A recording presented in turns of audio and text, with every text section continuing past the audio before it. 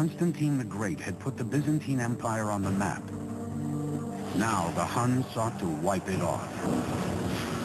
The descriptions of them in contemporary texts, which treat them as outlandish, horrible, ugly, beastly people, make it very clear that ordinary people are absolutely terrified of the Huns.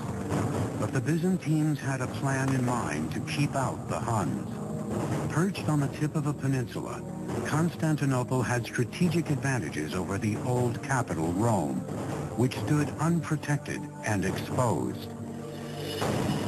To keep out its enemies, Constantinople would need formidable defenses along its vulnerable western approach. The solution?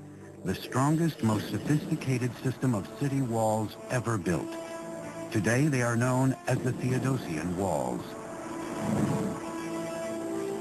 Ironically, credit for the ancient world's greatest feat of military engineering goes to an emperor who was a mere child when the walls were conceived, Theodosius II. Construction on Constantinople's defenses began when Theodosius was just 12 years old. It was his prefect, Anthemius, who deserves the real credit for masterminding the walls. Romans had been building walls for hundreds of years, but Byzantine engineers faced an even greater challenge. Constantinople sat on a fault, and earthquakes were a constant problem. But how to build something that would withstand a tremor? The answer? Limestone mortar. In the West, Romans used concrete, which created a mortar of stone-like hardness that is rigid once it's set.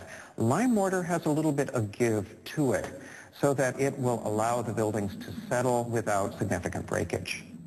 The Byzantines' ingenious design used limestone mortar alternated with bands of brick and stone. First, square stone walls were laid and filled in with brick rubble and mortar. To bind the layers of stone and mortared rubble together, bands of brick 5 courses thick were laid throughout the width of the walls. The hidden advantage of that also is that it provides a certain flexibility against minor earth tremors, because the addition of the brick breaks up the solid face of the wall and allows the wall to absorb shock without shattering. Using this layer technique, the Byzantines built a massive barrier, more than 30 feet tall and as much as 16.5 feet thick. It would have 96 giant towers reaching heights of 60 feet or more. But would it be enough to hold off the Huns?